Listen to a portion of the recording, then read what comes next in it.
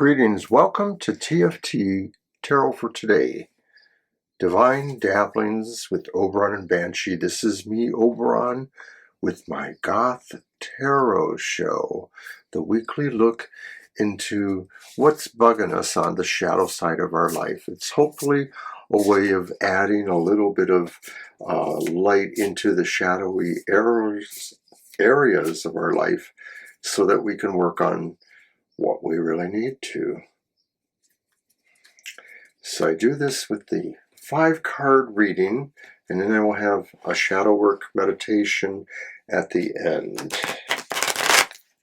Let's get started. So the first position of the reading is called the dark design. What is around you right now affecting you in the environment, or what does the overall environment mean to you at this time? And for this draw, I use the black tarot, leaving nothing to black and white. It actually does have a bit of gray.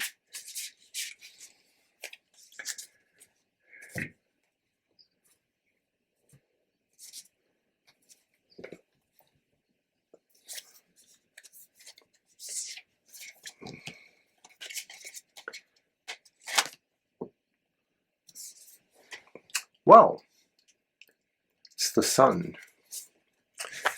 And the sun is upright.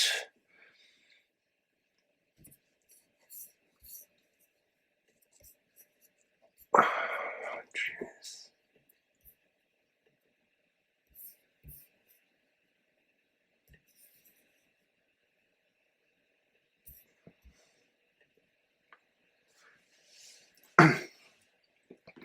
So it's the sun, and the sun is upright. There's nothing particularly bad around you. It's quite good with the sun here. Even for us as the Goths, there's a sense here of knowledge and information coming to us. There's a sense of happiness maybe concerning our relationships, who we bond with, who we're with. See, there's quite a bit of glare there. So I like that. I guess that's sort of saying things, have a good flow for once. So then card 2 is the dark whispers, the things you should know or may hear about. And of course, I'd like to use the Deviant Moon Tarot for that.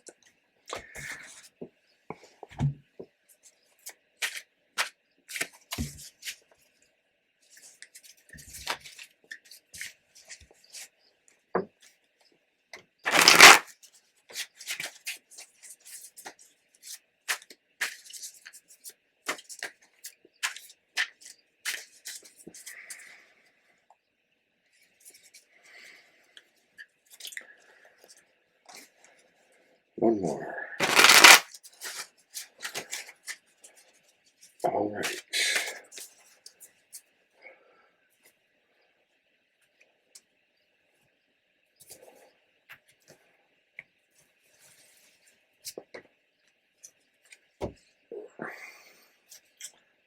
So what is it that we need to hear or know about? It's the reversed Ace of Swords. And it could be that somebody's efforts are in vain if they're trying to, capture some quality or energy maybe that is an undertaking of some sort to them. The Ace of Swords usually stands for something with an attempt to take victory, a goal, a challenge. And so we may be hearing or find out that maybe this could actually mean that there's opposition too, of course. We have to put it in context. It's not enough to necessarily hear that maybe people are talking about a downturn in your efforts, but maybe there's a reason for that. So, of course, that kind of leads into the next position, the dark truth, which I use the Night Sun Tarot. And the dark truth is the reality you may not want to believe, but you must accept as a truth of some sort here. And over the years, I've had many iterations of Goth Tarot spreads. The key point has always been using different decks to kind of amplify the mood of what that position stands for. So let's see what we have then. For the dark truth, the reality that we may have to accept.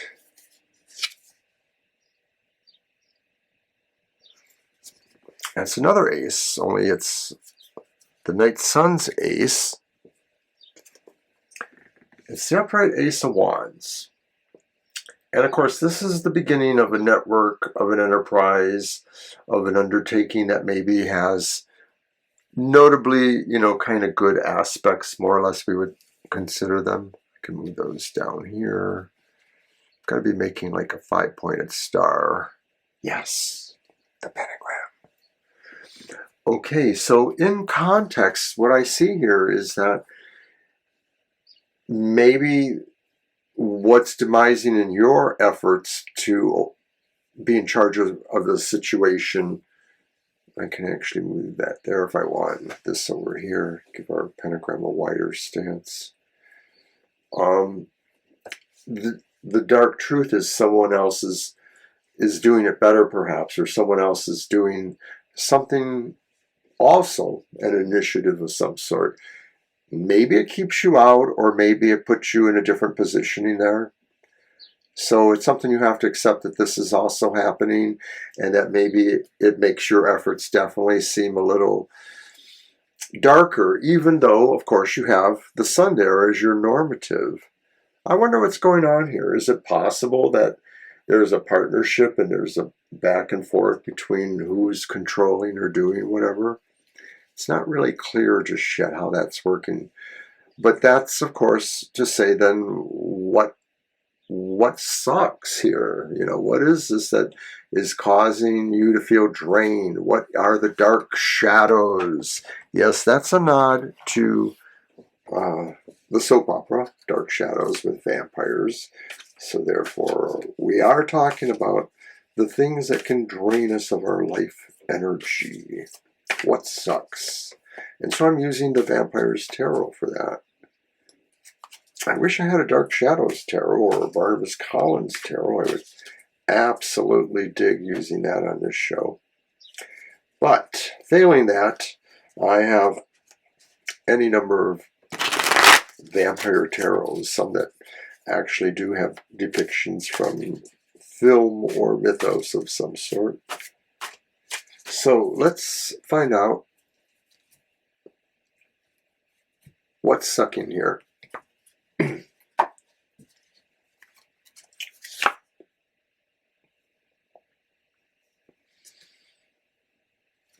So actually, in my pentagram, this one needs to go over there.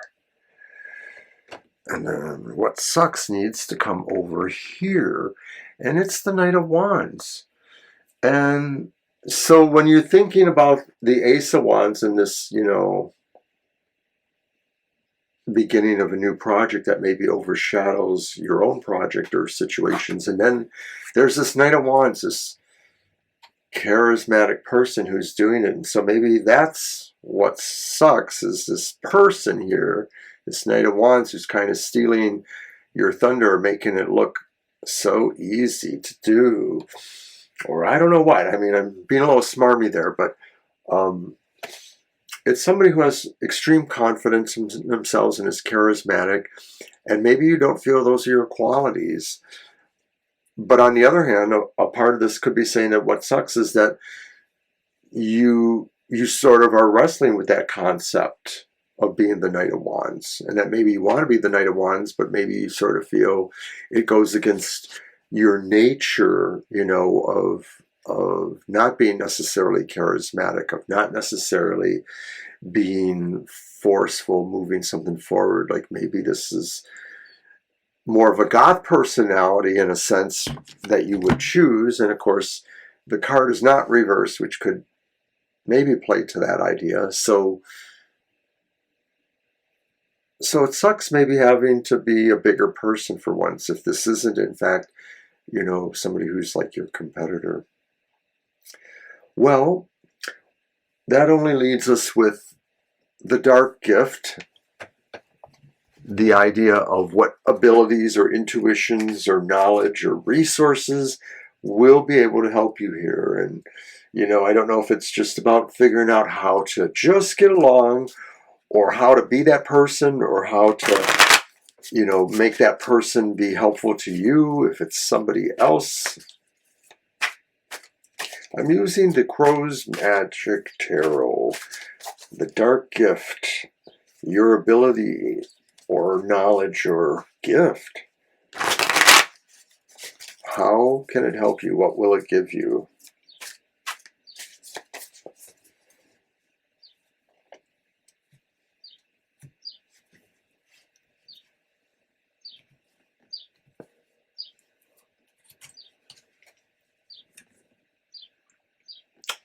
It's the reverse Eight of Wands. Slow it down. Maybe it's saying you have to slow it down somehow. That the Eight of Wands sort of looks like a sense of spent, or in this context, it could be saying maybe we're not moving towards the right target. Maybe we're going to overshoot it or undershoot it. Sometimes I use that analogy with the Eight of Wands because it is moving towards a mark, or so it seems. So maybe the only thing that can be done to control the situation is to kind of slow it down, or in fact to withdraw your energies from it. I mean, to some degree, this sounds like there's something petty going on with how you're interacting with people. I'm not sure that that's you being petty, but maybe it's happening, you know, in the goth world. Of course, you know, there's a lot of positioning for, you know, bragging rights of some sort. That's like any community. I mean, that's happening in the overall mystic and pagan and metaphysical communities. Is everybody wants to be the one. So you can be the one, but maybe maybe this is saying choose a different target as well, because of course it's reversed, and maybe it's saying accept that maybe your goals aren't really the same goals as others, and so if it harms no one, do what you will. All right, so I think we do need our shadow work meditation. After that, I'm going to just move these cards aside here, and I think I'm going to give us the Dark Light Oracle today. And then we're done. One and done.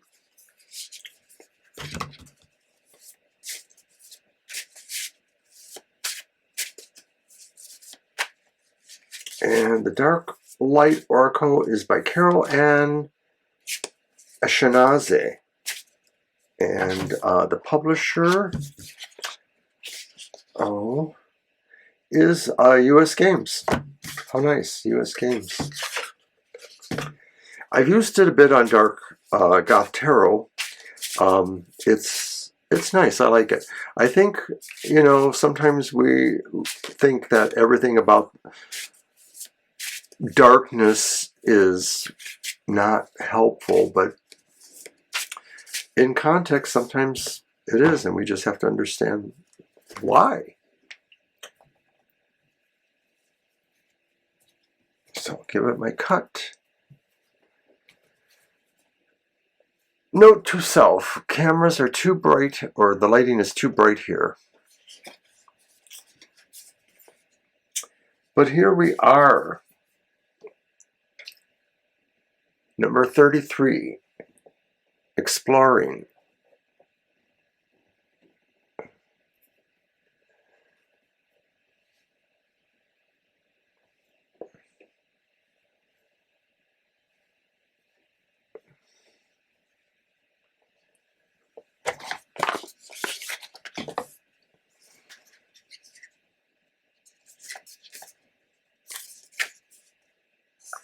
Far off lands are awaiting. You've stayed too long in the same place, in the same town. Your great ship is getting bored in disuse, while an exciting new land is waiting far away to be discovered. So what are you waiting for? Your curiosity is unlimited and craves wild, unknown landscapes. Satisfy your need for adventure and conquest. Plan your travel. Gather a brave crew and off you go. As long as you remain mindful of showing respect to the people and places you find overseas, your trip will be a massive success.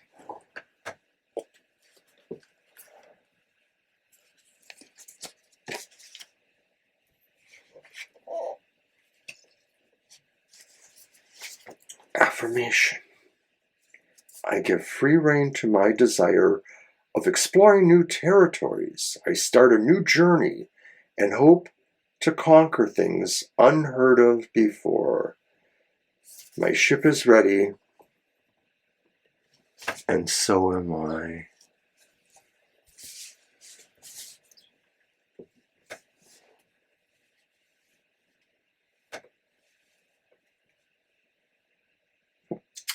So I think this is a wonderful card in a way, because it sort of says, from that Goth point of view, if maybe the environment you're in seems to be overly ambitious for you, or maybe you feel like it just brings on a sense of competition that maybe spoils you in a way, or spoils your sense of objectives and being viable to people, to be helpful. And everybody has to decide for themselves, what they're up for. But maybe it's time for some of us to find a new road, or find a new way within that. So good luck. Thanks for coming to Goth Tarot. And I've decided to roll the affirmation kind of stuff that I was using in the night prayers just back into the regular show. So I think there won't be any more night prayers. There just may be special editions on occasion of things that might be a night prayer. I don't know. Anyway, this is Oberon signing off for the week, and I'll see you next time. Take care.